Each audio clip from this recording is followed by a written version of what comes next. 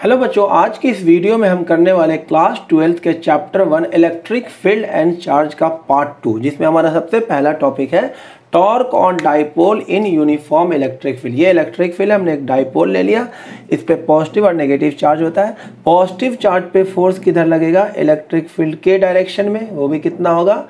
QE। और negative charge पे force किधर लगेगा? इलेक्ट्रिक फील्ड के अपोजिट डायरेक्शन में, वो भी कितना होगा? Q इंटू में E। Uniform electric field. अब एक फोर्स इधर लग रहा है, एक फोर्स इधर लग रहा है, जिससे ये डाइपोल क्या हो जाएगा? रोटेट हो जाएगा। वही टॉर्क हमें निकालना है। तो अब ध्यान से देखिएगा, तो टॉर्क क्या होता है बच्चों? ये 90 डिग्री हो जाएगा। टॉर्क किसके इक्वल होता है?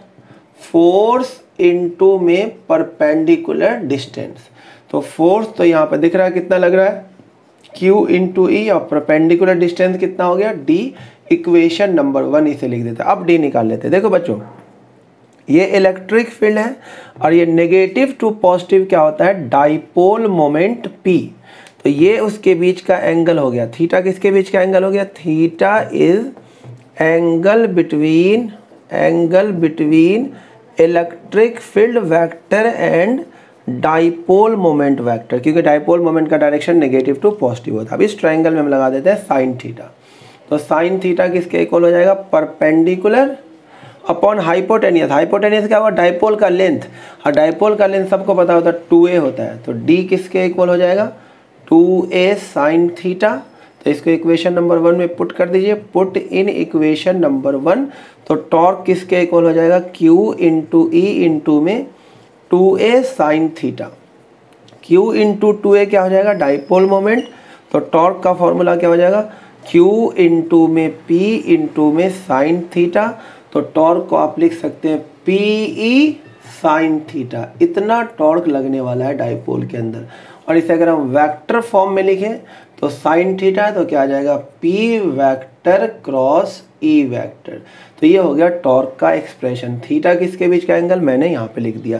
थीटा किसके बीच का एंगल है? इलेक्ट्रिक फील्ड और डाइपोल मोमेंट। आपको एकदम अच्छे से याद रखना है इसको।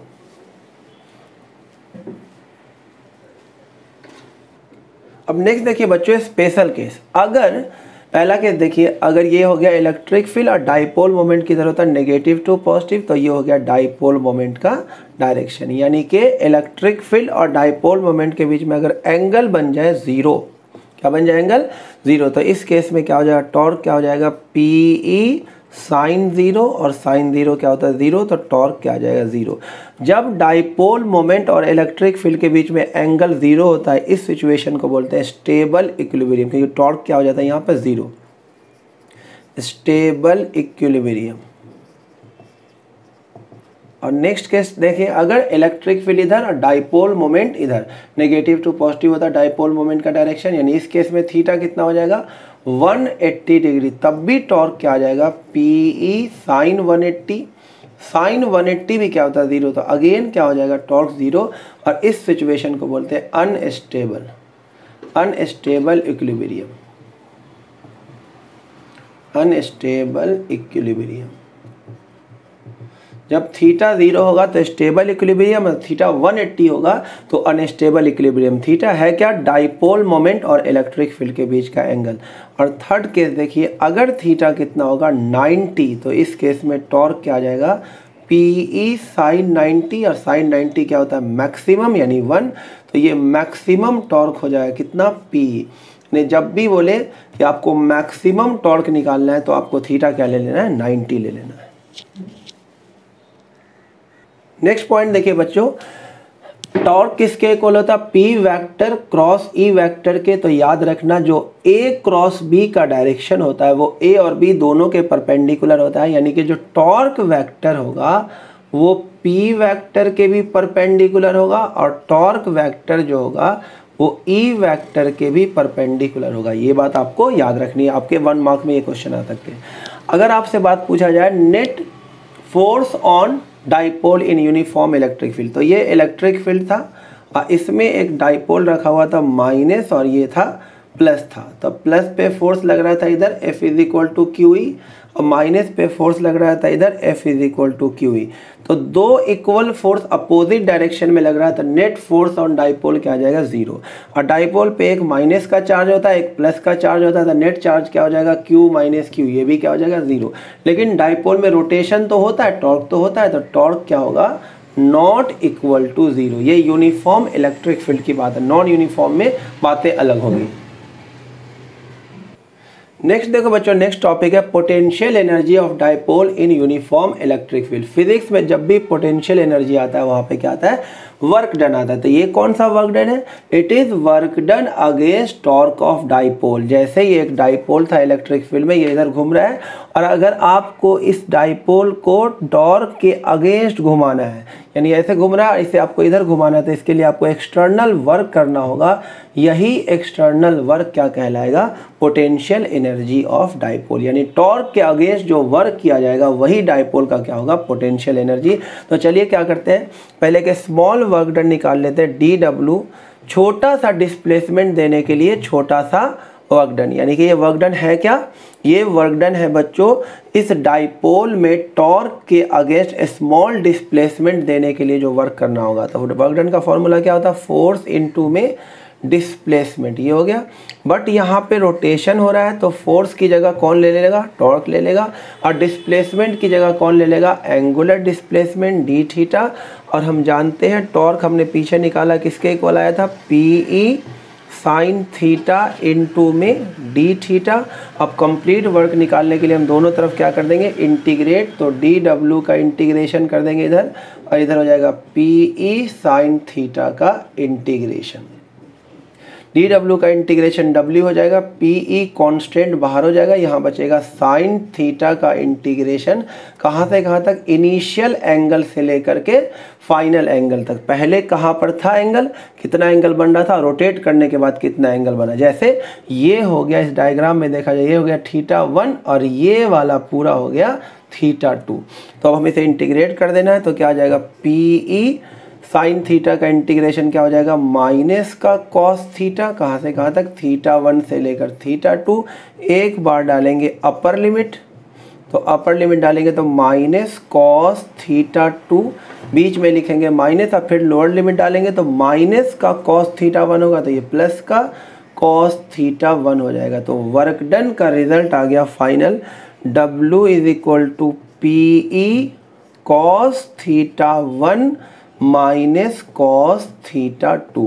अब यही वर्क क्या होगा, as a potential energy store हो जाएगा। तो पोटेंशियल एनर्जी का फॉर्मूला हो जाएगा पी ब्रैकेट में कॉस θ1 माइनस कॉस θ2। ये बच्चों आपको रिजल्ट अच्छे से याद रखना। अब इसका स्पेशल केस देखिए बच्चों, जो काफ़ी यूज़ होता है। स्पेशल केस में क्या है, अगर θ1 कितना हो बच्चों 90 और θ2 कितना हो थीटा के इक्वल, तो पोटेंशियल एनर्जी क्या हो जाएगा, पी ये हो जाएगा कॉस 90 माइनस कॉस थीटा आ जाएगा। कॉस 90 जीरो हो जाएगा, तो पोटेंशियल एनर्जी का फॉर्मूला हो जाएगा पी और ये हो जाएगा माइनस का कॉस थीटा, यानी पोटेंशियल एनर्जी होगा माइनस का पी कॉस थीटा। ये रिजल्ट आपको अच्छे से याद रखना है, या फिर हम इसे वेक्टर फॉर्म यहाँ पर कर दें। ये तो स्केलर क्वांटिटी है, तो ये हो जाएगा P vector dot E vector. दो वेक्टर का डॉट प्रोडक्ट एक स्केलर होता है। जैसे टॉर्क में क्या था, tau vector is equal to P cross E, और एनर्जी में क्या होता है, क्योंकि एनर्जी स्केलर है, minus P vector dot E vector. आपको एकदम अच्छे से याद रखना। अब याद क्या रखना है, अगर क्वेश्चन में दो एंगल दे रखा होगा तो ये फार्मूला यूज़ करना, और सिर्फ एक एंगल मेंशन होगा तो आपको ये फार्मूला यूज़ करना। मैं एक दो क्वेश्चन करके आपको इसको और क्लियर कर देता हूँ। देखिए बच्चे, मैंने क्वेश्चन ले लिया, find work done in rotating a dipole from stable equilibrium to unstable equilibrium. तो यहाँ पे दो एंगल का जिक्र हो रहा है, तो वर्क डन या एनर्जी का कौन सा फॉर्मूला यूज़ करना, पी कॉस θ1 माइनस कॉस θ2। 2 और साफ साफ बोला थीटा 1 क्या है, स्टेबल इक्विलिब्रियम में रखा हुआ यानी कि 0 डिग्री, पीछे बता दिया। और थीटा 2 क्या हो गया, रोटेट करने के बाद अनस्टेबल पे चला गया यानी कि 180 डिग्री। तो वर्क डन का फॉर्मूला या पोटेंशियल एनर्जी का फॉर्मूला यही होगा बेटा, ये हो जाएगा cos 0 माइनस cos 180। तो आंसर आ जाएगा W is equal to P E, cos 0 होता है 1 और cos 180 होता है -1, तो ये प्लस का 1 हो जाएगा। तो वर्क डन आ जाएगा बच्चों 2 PE, ये आंसर आ जाएगा। नेक्स्ट क्वेश्चन देखिए बच्चों, इसमें क्या बोला है, an electric dipole of length 2 centimetre. एक डाइपोल है जिसका लेंथ यानी 2a दे रखा, कितना 2 centimetre, is placed in electric field, और उसे इलेक्ट्रिक फील्ड में रख दिया गया 10⁵ न्यूटन पर coulomb by making angle 60 degree with electric field, यानी थीटा कितना हो गया 60 डिग्री। इट एक्सपीरियंस और टॉर्क कितना लग रहा है उस पर 8√3 न्यूटन इंटू मीटर। और आपसे पूछा गया find potential energy of dipole. देखो अब यहाँ पे एक ही एंगल का जिक्र हो रहा है, तो आपको यहाँ पे पोटेंशियल एनर्जी का ये वाला फॉर्मूला यूज़ करना है, माइनस PE cos थीटा, ये यूज़ करना है। और हम जानते हैं टॉर्क किसके इक्वल होता है, PE साइन थीटा के। तो टॉर्क हमारे पास दे रखा 8√3, PE हमें पता नहीं है, और साइन थीटा हमें दे रखा है कितना 60 डिग्री। तो 8√3 इज इक्वल टू PE और साइन 60 की वैल्यू √3/2, √3 से √3 कट जाएगा, PE की वैल्यू आ जाएगी बच्चों 16, ये निकाल के रख लिया। अब हम लगा देंगे एनर्जी का formula minus PE cos theta. तो PE हमें पता चल चुका है कितना 16, एंगल पहले से ही पता है 60 डिग्री, तो एनर्जी कितना हो जाएगा -16 और cos 60 होता है 1/2, तो एनर्जी आ जाएगा -8 joule is the right answer. Next देखिए बच्चों, हमारे पास टॉपिक क्या, properties of electric field line. Electric field line की सबसे पहली प्रॉपर्टी होती है tangent at any point on electric field line give direction of electric field at that point. यानी कि अगर आप किसी भी फील्ड लाइन के किसी भी पॉइंट पे अगर आप टेंजेंट ड्रॉ कर देते हैं, जैसे आपने इस पॉइंट पे टेंजेंट ड्रॉ कर दिया, तो आपको इस पर्टिकुलर पॉइंट पर इलेक्ट्रिक फील्ड का डायरेक्शन पता चल जाएगा कि ये इधर है। अगर आपने यहाँ पे टेंजेंट ड्रॉ कर दिया, तो आपने यहाँ पर जैसे टेंजेंट ड्रॉ कर दिया तो आपको इस पॉइंट Q पर का पता चल गया कि इलेक्ट्रिक फील्ड का डायरेक्शन किधर है, इस तरह से। यानी कि tangent at any point on electric field line give direction of electric field at that point. दूसरा, दो फील्ड लाइन कभी भी इंटरसेक्ट नहीं कर सकता, two electric field line can never intersect each other. अगर ऐसा होता है तो एक ही जगह पे क्या हो जाएगा, इलेक्ट्रिक फील्ड का दो डायरेक्शन हो जाएगा, जो कि पॉसिबल नहीं है। जैसे देखिए इस पॉइंट पर इस वाले फील्ड लाइन के अकॉर्डिंग तो टेंजेंट इधर बन जाएगा, और इस वाले फील्ड लाइन के अकॉर्डिंग टेंजेंट बन जाएगा इधर। तो एक ही पॉइंट पर इलेक्ट्रिक फील्ड का दो डायरेक्शन हो जाएगा, जो कि पॉसिबल नहीं है। इसलिए दो इलेक्ट्रिक फील्ड लाइन कभी भी इंटरसेक्ट नहीं कर सकता। अब नेक्स्ट देखिए बच्चों, थर्ड प्रॉपर्टी क्या है, electric field lines does not form close loop. Electric field line close loop क्यों नहीं बनाता है, ये पॉजिटिव चार्ज है और ये नेगेटिव चार्ज है। ये पॉजिटिव चार्ज से निकलता है इलेक्ट्रिक फील्ड लाइन और नेगेटिव पे जाके खत्म होता है। पॉजिटिव से निकला नेगेटिव पे खत्म, पॉजिटिव से निकला नेगेटिव पे खत्म। क्लोज लूप कब माना जाता है, जब ये पॉजिटिव चार्ज से निकलता और फिर से नेगेटिव चार्ज पे वापस आता, बट ऐसा तो होता नहीं है। इसलिए electric field line close loop नहीं बनाता। It does not form close loop, it started from positive charge and terminate as negative charge. ये फील्ड लाइन नेगेटिव चार्ज पे जाके खत्म हो जाता है। Electric field lines are always perpendicular to conductor. Electric field line हमेशा conductor के क्या होता है, परपेंडिकुलर होता है। और पांचवी प्रॉपर्टी है relative closeness of electric field give strength of magnetic field. यानी कि फील्ड लाइन जितना पास होगा वहाँ पर का स्ट्रेंथ उतना ही क्या होगा, ज़्यादा। जैसे मैं पूछूँ ये वाला एक पॉइंट है और एक दूसरा पॉइंट है, यानी यहाँ पर का इलेक्ट्रिक फील्ड है E1 और यहाँ पर का इलेक्ट्रिक फील्ड है E2। तो यहाँ पर फील्ड लाइन पास है, तो यहाँ पर का इलेक्ट्रिक फील्ड का स्ट्रेंथ क्या होगा, ज़्यादा as compare to electric field at second point. क्योंकि यहाँ पर फील्ड लाइन दूर है, यहाँ पर फील्ड लाइन क्या है, पास। जहाँ पे इलेक्ट्रिक फील्ड लाइन्स क्लोज होगा वहाँ पर का इलेक्ट्रिक फील्ड का स्ट्रेंथ क्या होगा, ज़्यादा होगा। जैसे ये इलेक्ट्रिक फील्ड है और दूसरा इलेक्ट्रिक फील्ड ऐसे है, तो इसका स्ट्रेंथ क्या होगा ज़्यादा, इसका स्ट्रेंथ क्या होगा कम होगा। नेक्स्ट टॉपिक देखिए बच्चों, इलेक्ट्रिक फ्लक्स। इलेक्ट्रिक फ्लक्स क्या होता है, number of electric field lines passing through a given surface normally. तो इलेक्ट्रिक फ्लक्स बेसिकली क्या होता है, number of electric field lines होता है। ये किसके इक्वल होता है, फाई से डिनोट करते हैं, ये होता है ई वेक्टर डॉट एरिया वेक्टर। जब आप एरिया को वेक्टर लेंगे तो एरिया वेक्टर का डायरेक्शन होगा सरफेस के परपेंडिकुलर। आपको याद रखना है ये बात।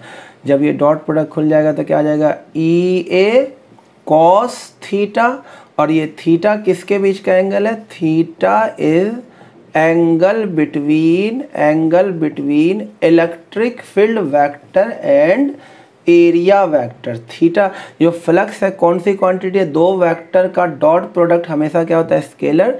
तो फाई कौन सी क्वांटिटी होगी, फाई इज स्केलर क्वांटिटी, ये स्केलर क्वांटिटी है, इलेक्ट्रिक फ्लक्स स्केलर क्वांटिटी है। और इसकी जो एसआई यूनिट होगी इलेक्ट्रिक फ्लक्स की, वो देखिए क्या होगी, इलेक्ट्रिक फील्ड की यूनिट क्या होती है, न्यूटन पर कूलम, और एरिया की यूनिट क्या होती है, मीटर स्क्वायर। तो फ्लक्स की यूनिट होती है न्यूटन मीटर स्क्वायर पर कूलम, और ये कौन सी क्वांटिटी है, स्केलर क्वांटिटी।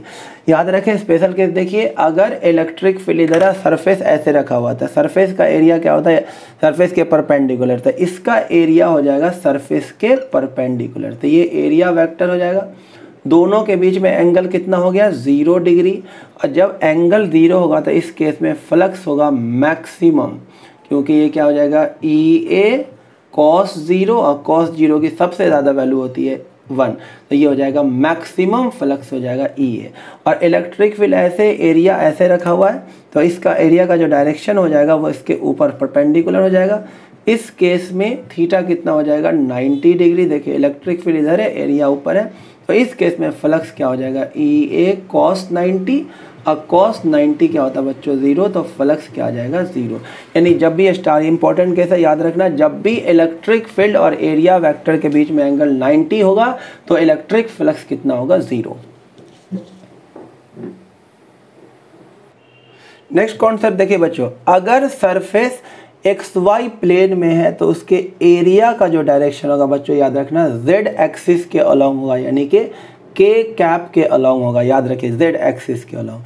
अगर एरिया YZ प्लेन में है तो उसके एरिया का जो डायरेक्शन होगा बच्चों याद रखना, वो X एक्सिस के अलॉन्ग होगा, यानी कि I कैप के अलॉन्ग होगा। अगर कोई सरफेस XZ प्लेन में रखा हुआ तो उसके एरिया का डायरेक्शन याद रखना वो Y एक्सिस के अलॉन्ग होगा, यानी J कैप के अलॉन्ग होगा।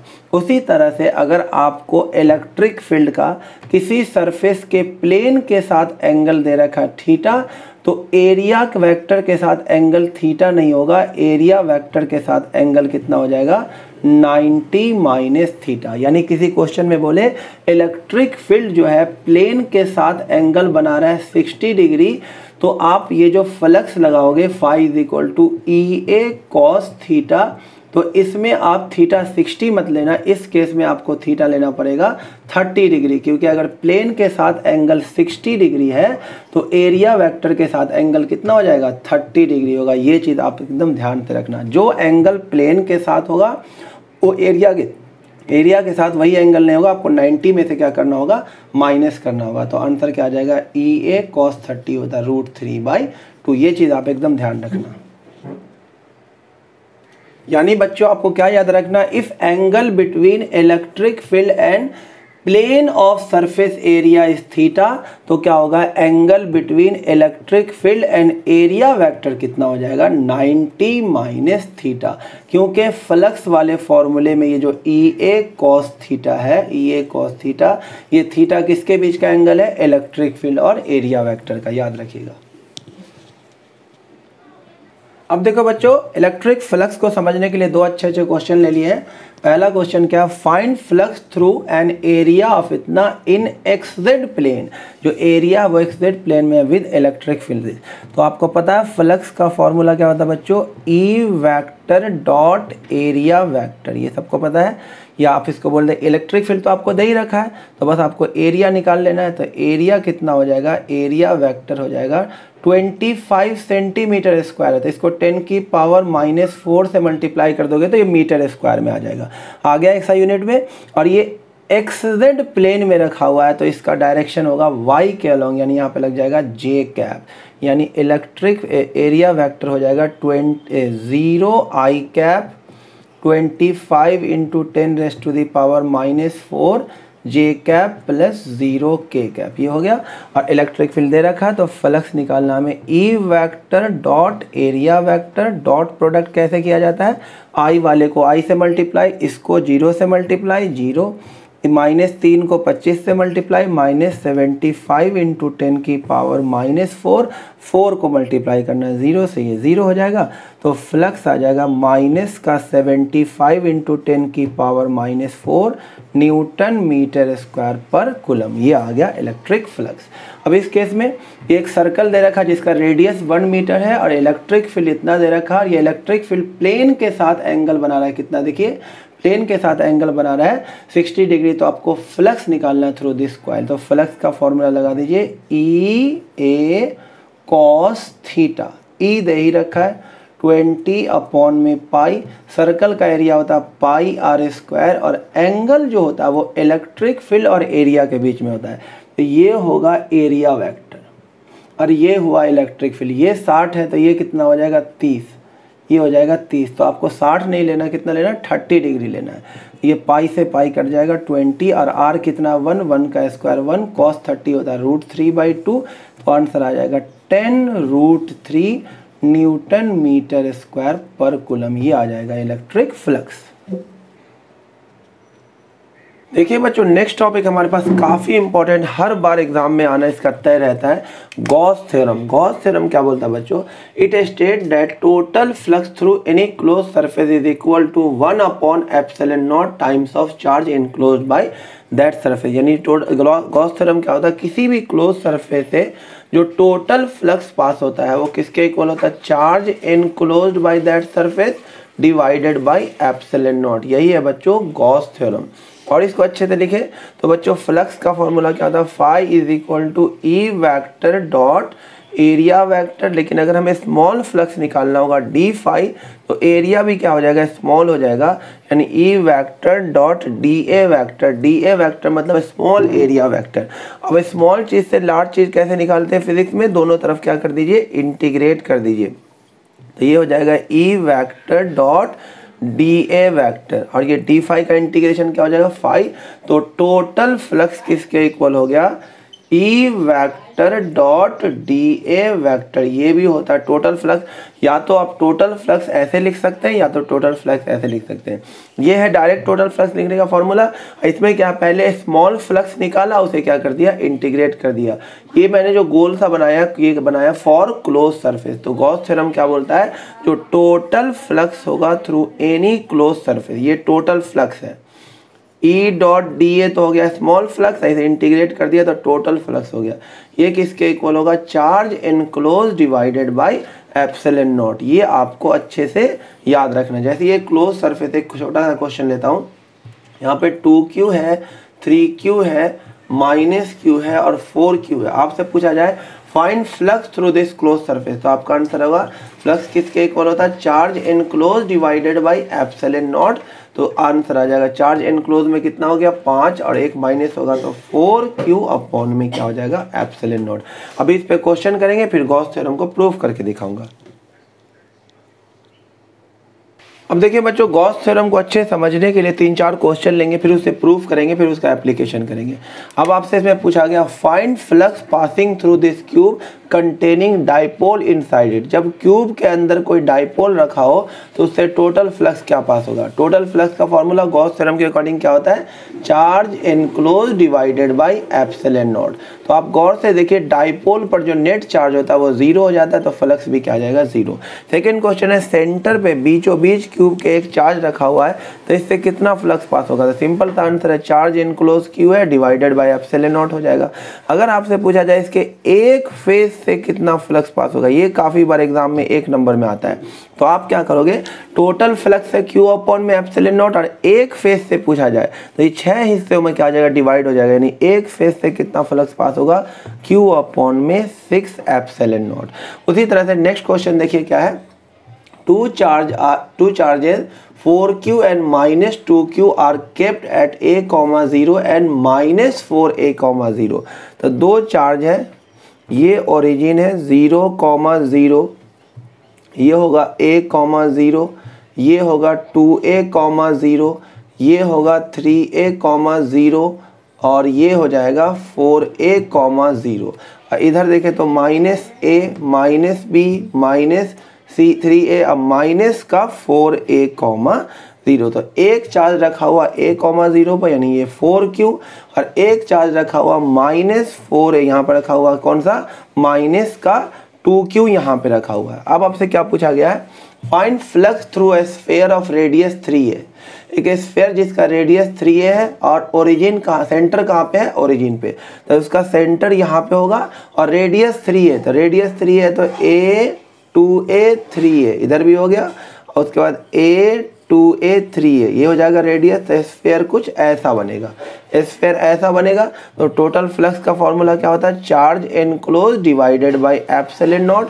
तो देखो इनक्लोज में ये तो आ नहीं रहा है, सिर्फ ये इनक्लोज में आ रहा है, तो क्या आ जाएगा 4q अपॉन में एप्सिलॉन नॉट। ये काफ़ी इंपॉर्टेंट क्वेश्चन है बच्चों। अब नेक्स्ट देखिए बच्चों, हमारे पास ये भी important, application of Gauss theorem. सबसे पहला एप्लीकेशन है electric field due to uniformly charge spherical shell. इसमें 3 केस करेंगे। ये एक यूनिफॉर्मली चार्ज शेल है जिसका रेडियस कैपिटल आर है और सरफेस चार्ज डेंसिटी क्या है, सिग्मा। तो सबसे पहले तो हम सरफेस चार्ज डेंसिटी निकाल लेते हैं। सरफेस चार्ज डेंसिटी किसके इक्वल होता है, चार्ज अपॉन में एरिया। तो चार्ज अपॉन में एरिया, तो यहाँ से चार्ज किसके इक्वल हो जाएगा, सिग्मा इनटू में एरिया। एरिया स्फीयर का क्या होता है 4 पाई आर स्क्वायर, ये निकाल के रख लेते हैं। अब हमें इसके 3 जगह पे इलेक्ट्रिक फील्ड निकालना है, एक बाहर, एक सरफेस पर, एक अंदर। तो सबसे पहले निकालते हैं बाहर, आउटसाइड द सेल। यानी पहला केस क्या है, फर्स्ट केस है आउटसाइड द सेल, यानी जो स्मॉल आर है वो रेडियस से क्या होगा, ज़्यादा। तो जब यहाँ पे हमें इलेक्ट्रिक फील्ड निकालना हो यूजिंग गॉस थ्योरम, तो एक हम क्या करेंगे, हाइपोथेटिकल क्लोज सरफेस बनाएंगे गॉस थ्योरम अप्लाई करने के लिए। एक हमने हाइपोथेटिकल क्लोज सरफेस बना लिया और यहाँ पर एक छोटा सा एरिया कट कर लेंगे बच्चों, जिसका नाम होगा DA। और एरिया का डायरेक्शन क्या होता है, हमेशा सरफेस के परपेंडिकुलर, तो DA का डायरेक्शन हो जाएगा सरफेस के परपेंडिकुलर। और ये चार्ज पॉजिटिव चार्ज है तो इसका भी इलेक्ट्रिक फील्ड क्या होगा, इस P पॉइंट पे आउटवर्ड हो जाएगा इलेक्ट्रिक फील्ड का डायरेक्शन। यानी इलेक्ट्रिक फील्ड और DA वेक्टर के बीच में एंगल कितना हो जाएगा, 0। अब हम क्या कर देंगे, गॉस थ्योरम को क्या कर देंगे, अप्लाई कर देंगे। तो लिखेंगे apply Gauss theorem. Gauss theorem को क्या करते थे अप्लाई, क्या होता है गॉस थ्योरम, टोटल फ्लक्स, ये होता है टोटल फ्लक्स, पीछे बताया E डॉट DA है टोटल फ्लक्स। टोटल फ्लक्स किसके इक्वल होता है, charge enclose divided by epsilon naught. तो टोटल फ्लक्स इसे खोल दीजिए, क्या आ जाएगा, EDA cos 0 degree is equal to charge enclose divided by epsilon naught. E हो जाएगा बाहर, अंदर क्या आ जाएगा DA और cos 0 क्या हो गया 1, और चार्ज एनक्लोज ये हमने निकाल के रखा हुआ है सिग्मा इनटू में 4 पाई आर स्क्वायर अपॉन में एप्सिलॉन नॉट। E इंटू में DA का इंटीग्रेशन, ये DA था, इसका जब हम इंटीग्रेशन करेंगे तो एक बड़े वाले स्फीयर का पूरा एरिया आ जाएगा।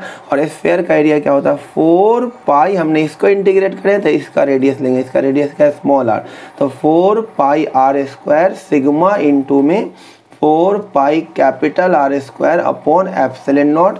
4 पाई से 4 पाई कैंसिल हो जाएगा, तो इलेक्ट्रिक फील्ड कितना हो जाएगा बच्चों, ये हो जाएगा सिग्मा अपॉन में epsilon not capital R square upon में स्मॉल आर स्क्वायर। ये आ गया रिजल्ट आउटसाइड द शेल, जहां पे आपको दिख रहा होगा इलेक्ट्रिक फील्ड क्या है, इनवर्सली प्रोपोर्शनल टू डिस्टेंस का स्क्वायर। ये फर्स्ट केस हुआ। सेकेंड केस बच्चों, जब सेल के ऊपर बोले on the surface of shell, तो ये हो जाएगा R is equal to capital R, यानी कि on the surface of charge shell electric field कितना होगा। बस इस फॉर्मूले में हमें क्या करना है, स्मॉल r की जगह क्या लिख देना है, कैपिटल R। तो ये हो जाएगा R स्क्वायर अपॉन में R स्क्वायर, ये कट जाएगा। इलेक्ट्रिक फील्ड क्या हो जाएगा, सिग्मा अपॉन में एप्सिलॉन नॉट। तीसरा केस जब आपसे पूछा जाए इनसाइड द सेल, यानी ये R क्या हो, रेडियस से कम, तो आप गौर से देखो सेल के अंदर अगर कोई भी क्लोज लूप लेंगे, सेल के अंदर कोई भी किसी पॉइंट पे क्लोज लूप लेंगे, तो इसके अंदर जो चार्ज इनक्लोज होगा वो क्या होगा, 0। तो सेल के अंदर कोई भी क्लोज लूप लेंगे तो उसका चार्ज इनक्लोज क्या होगा, 0। तो इलेक्ट्रिक फील्ड भी क्या हो जाएगा, यहाँ से बताइए, इलेक्ट्रिक फील्ड ही क्या हो जाएगा, 0। यानी चार्ज सेल के अंदर इलेक्ट्रिक फील्ड क्या होता है बच्चों, 0 होता है। देखिए बच्चों, अभी हमने पीछे देखा जब R जो था रेडियस से ज़्यादा था, बाहर इलेक्ट्रिक फील्ड कितना था, सिग्मा अपॉन में epsilon naught R square upon में स्मॉल r स्क्वायर। जब R इक्वल टू R था तो कितना इलेक्ट्रिक फील्ड था, E is equal to sigma upon में एप्सिलॉन नॉट। R जब लेस देन रेडियस था, यानी शेल के अंदर इलेक्ट्रिक फील्ड कितना आया था, 0। तो इसको लेके आपको एग्जाम में ना ग्राफ पूछ सकता है आपसे, शेल के लिए इलेक्ट्रिक फील्ड का डिस्टेंस के साथ ग्राफ, R के साथ। तो यहाँ कहीं पे क्या होगा, R is equal to radius, ये वाला हिस्सा क्या होगा, रेडियस से कम, और ये वाला हिस्सा क्या होगा, रेडियस से ज़्यादा। तो बच्चों आप एकदम याद रखिए, रेडियस से कम में तो कोई इलेक्ट्रिक फील्ड ही नहीं है, तो ये 0 हो जाएगी। शेल के अंदर इलेक्ट्रिक फील्ड क्या है, 0, और शेल के बाहर R greater than R, E क्या है, inversely proportional to R square. तो ये ऐसा ग्राफ बन जाएगा, E inversely proportional to R square, ये ऐसा ग्राफ बन जाएगा। अब नेक्स्ट देखिए बच्चों, हमारे पास सेकेंड एप्लीकेशन है electric field due to uniformly charge rod. एक रॉड है हमारे पास जिसका लीनियर चार्ज डेंसिटी क्या है, लैम्डा, और इसका लेंथ क्या है बच्चों, L है। अब हमें इसकी वजह से इलेक्ट्रिक फील्ड निकालना है, तो हम क्या करेंगे, अगेन एक क्लोज सरफेस बनाएंगे बच्चों। तो एक क्लोज सरफेस, याद रखना रॉड के केस में आपको क्या बनाना होगा, एक सिलेंडर बनाना होगा जो इस रॉड को इनक्लोज कर दे। ये आपको अच्छे से याद रखना है कि रॉड के केस में क्या बनाना है, एक हाइपोथेटिकल क्लोज सिलेंडर बनाना जो इस रॉड को क्या कर ले, इनक्लोज कर ले। अब इसका लेंथ L है और लीनियर चार्ज डेंसिटी क्या है, इसका लैम्डा है। तो आप लीनियर चार्ज डेंसिटी पहले निकालो, लैम्डा इज इक्वल टू क्या होता है, चार्ज बाई लेंथ। तो चार्ज किसके इक्वल हो जाएगा, लैम्डा इनटू में L। ये हो गया enclose charge for this surface, ठीक है। अब इस क्लोज सरफेस का 3 एरिया है, एक ये वाला एरिया, तो इसका डायरेक्शन क्या होगा, सरफेस के परपेंडिकुलर। एक ये वाला एरिया, तो इसका भी डायरेक्शन किधर होगा, सरफेस के परपेंडिकुलर। और एक है कर्व सरफेस एरिया DA, जिसका भी डायरेक्शन होगा सरफेस के परपेंडिकुलर। तीनों एरिया का डायरेक्शन हमने दिखा दिया, ये हो गया। और ये पॉजिटिव चार्ज रॉड है, तो पॉजिटिव चार्ज की वजह से इलेक्ट्रिक फील्ड क्या होगा, बाहर की तरफ। तो इलेक्ट्रिक फील्ड हो जाएगा आउटवर्ड, इधर भी हर जगह इलेक्ट्रिक फील्ड किधर हो जाएगा, बाहर की तरफ, आउटवर्ड हो जाएगा इलेक्ट्रिक, परपेंडिकुलर आउटवर्ड। इस सरफेस का नाम रख दो फर्स्ट सरफेस, चलिए इसे बाद में लिख लेंगे। इसका नाम रख दीजिए सेकंड सरफेस, और इस वाले का नाम रख दीजिए थर्ड सरफेस। तो पहले हम टोटल फ्लक्स निकालेंगे, फिर गॉस थ्योरम अप्लाई करेंगे। टोटल फ्लक्स φ1 निकालते हैं, तो φ1 हो जाएगा EA cos, गौर से देखिए एरिया इधर, इलेक्ट्रिक फील्ड इधर, एंगल कितना हो जाएगा 90, और cos 90 0, तो फ्लक्स क्या हो जाएगा 0। φ2 आप गौर से देखिए EA cos, अगेन देखो φ2 एरिया इधर, इलेक्ट्रिक फील्ड इधर, एंगल कितना बन गया 90, cos 90 0। φ3 जो भी फ्लक्स होगा वो φ3 की वजह से होगा। E और एरिया क्या है इसका DA, और cos यहाँ पे कितना हो जाएगा, दोनों सेम डायरेक्शन में 0, और इसका हमें क्या कर देना, इंटीग्रेट कर देना, क्योंकि छोटे से पार्ट से लिया है। तो φ3 जो हो जाएगा हमारा, वो φ3 हो जाएगा इंटीग्रेशन ऑफ E इंटू में DA cos 0 1।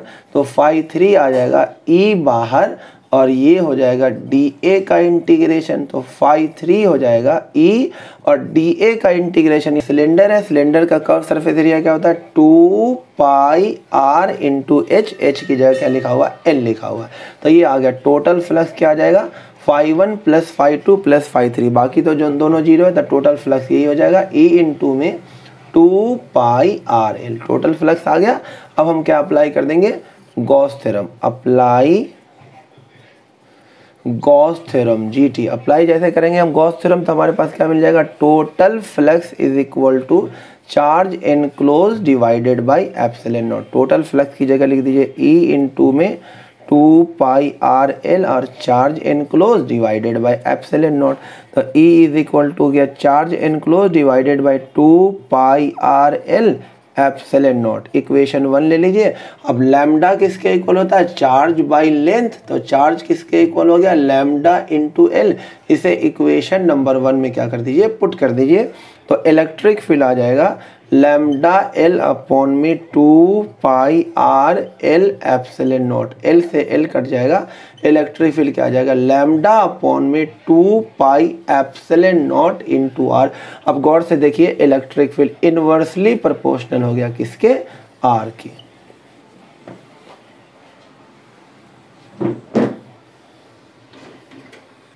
अब नेक्स्ट क्या बच्चों हमारे पास देखिए electric field due to uniformly charge sheet. ये लास्ट एप्लीकेशन है, इसको अच्छे देखिए। हमारे पास एक शीट है जिसका सरफेस चार्ज डेंसिटी क्या सिग्मा। अब हमें इसकी ऐसे रखा हुआ है शीट, तो इसकी वजह से हमें इलेक्ट्रिक फील्ड निकालना है। देखो बच्चों ये शीट है, इधर भी चार्ज है, तो इसका इलेक्ट्रिक फील्ड किधर होगा? बाहर की तरफ। इस तरफ का इलेक्ट्रिक फील्ड क्या हो जाएगा? आउटवर्ड। चार्ज ये शीट इधर से भी है, तो इसका इलेक्ट्रिक फील्ड क्या हो जाएगा? इस तरफ। तो दूसरे वाले पार्ट का इलेक्ट्रिक फील्ड क्या हो जाएगा? इस तरफ। और इसमें हम एक क्लोज सरफेस फिर से बनाएंगे, एक सिलिंड्रिकल। ये हमने एक सिलिंड्रिकल क्लोज सरफेस बना दिया। ये शीट से आर पार हो रहा है इधर, यानी कि ये इस तरह रखा हुआ, यानी ये शीट है और ये सिलिंड्रिकल क्लोज सरफेस ऐसे रखा हुआ है इस तरह से 3D में। अब देखिए इस सिलिंड्रिकल क्लोज सरफेस का 3 एरिया होगा। एक एरिया इधर, एक एरिया हो जाएगा इधर, और एक एरिया सरफेस के परपेंडिकुलर इस तरफ, और एक हो जाएगा कर्व सरफेस एरिया, ये वाला हिस्सा DA, ये हो जाएगा ऊपर। 3 एरिया होगा सिलिंड्रिकल क्लोज सरफेस में। अब इसका नाम रख दीजिए फर्स्ट, इसका नाम सेकेंड सरफेस और इसका नाम थर्ड सरफेस। तो सबसे पहले हम निकालेंगे टोटल फ्लक्स। तो पहले निकालते हैं φ1। तो φ1 क्या हो जाएगा? EA कॉस कितना? 0 डिग्री, क्योंकि देखिए एरिया भी इधर, इलेक्ट्रिक फील्ड भी इधर। तो ये क्या आ जाएगा? φ1 आ जाएगा बच्चों E इंटू ए। उसी तरह φ2 भी क्या हो जाएगा? EA, देखिए एरिया इधर, इलेक्ट्रिक फील्ड इधर, EA cos 0, और cos 0 क्या होता है? बनता अगेन क्या आ जाएगा? E इंटू में A, ये आ गया। और φ3 आप गौर से देखिए ये 0 हो जाएगा, क्योंकि EDA यहाँ पे एंगल कितना बन रहा है? 90। एरिया इधर है, इलेक्ट्रिक फील्ड इधर है, cos 90 0। तो φ3 क्या आ जाएगा बच्चों? 0 आ जाएगा। तो टोटल फ्लक्स क्या हो जाएगा? φ1 प्लस φ2 प्लस φ3। तो φ1 और φ2 ये EA तो ये हो जाएगा 2EA, φ3 तो 0 ही हो गया। तो हमने टोटल फ्लक्स निकाल दिया। और क्या अप्लाई कर देंगे? Gauss theorem. Apply Gauss theorem, apply Gauss theorem. Gauss theorem जैसे हम अप्लाई करेंगे बच्चों, तो गॉस थ्योरम क्या बोलता है? Total flux is equal to charge enclose divided by epsilon naught. Total flux हो गया 2EA is equal to charge enclose divided by epsilon naught. तो यहाँ से आ जाएगा बच्चों, गौर से देखिए, electric field is equal to Q upon में 2A एप्सिलॉन नॉट। इसे इक्वेशन 1 लिख देंगे। अगेन इसका सरफेस चार्ज डेंसिटी क्या है? सिग्मा। तो सिग्मा इज इक्वल टू क्या हो जाएगा? चार्ज अपॉन में एरिया। तो चार्ज किसके इक्वल हो जाएगा? Sigma into area. इसे इक्वेशन नंबर 1 में पुट कर दीजिए लेके जाके। तो क्या हो जाएगा? Electric field is equal to sigma A upon में 2A एप्सिलॉन नॉट। तो A से A कट जाएगा, इलेक्ट्रिक फील्ड कितना आ जाएगा? सिग्मा अपॉन में 2 एप्सिलॉन नॉट आ जाएगा। अब आप गौर से देखिए, जो इलेक्ट्रिक फील्ड है वो R पर डिपेंड नहीं कर रहा। आपको याद रखना, शीट की वजह से जो इलेक्ट्रिक फील्ड होता है वो R से क्या होता है? इंडिपेंडेंट होता है। देखिए बच्चों, शीट वाले का स्पेशल केस देखिए, शीट की वजह से हमने इलेक्ट्रिक फील्ड निकालना, वो क्या आया था? सिग्मा अपॉन में 2 एप्सिलॉन नॉट। अब इसका स्पेशल केस देखिए, 2 शीट है, ऐसे रखा हुआ, यूं रखा हुआ है। एक का सरफेस चार्ज डेंसिटी सिग्मा 1, दूसरे का सिग्मा 2। हमें तीनों रीजन में इलेक्ट्रिक फील्ड निकालना है। तो देखो बच्चों, पहले वाले रीजन में इस वाले का इलेक्ट्रिक फील्ड लेफ्ट में होगा, ये हो जाएगा E1, और दूसरे वाला भी पॉजिटिव है, तो इसका भी इलेक्ट्रिक फील्ड क्या होगा? आउटवर्ड। तो ये भी इधर ही आ जाएगा, E2 भी इधर ही आ जाएगा। तो electric field in first region क्या हो जाएगा, electric field in first region दोनों का दोनों लेफ्ट में है, E1 भी लेफ्ट में और E2 भी लेफ्ट में, सेम डायरेक्शन में, तो ऐड हो जाएगा। लेकिन लेफ्ट में तो क्या लिखेंगे, माइनस का बाहर लगा देंगे और क्या आ जाएगा, E1 प्लस में E2 हो जाएगा, क्योंकि लेफ्ट में इसलिए माइनस लगा दिया, तो ये हो जाएगा माइनस E1 माइनस E2, ये हो जाएगा। तो electric field in first region आ जाएगा, E1 हो जाएगा सिग्मा 1/2 एप्सिलॉन नॉट इस फॉर्मूले के अकॉर्डिंग, और E2 हो जाएगा सिग्मा 2/2 एप्सिलॉन नॉट। क्या कॉमन हो जाएगा, -1/2 एप्सिलॉन नॉट कॉमन, अंदर बचेगा सिग्मा 1 प्लस में सिग्मा 2, ये हो गया फर्स्ट रीजन में।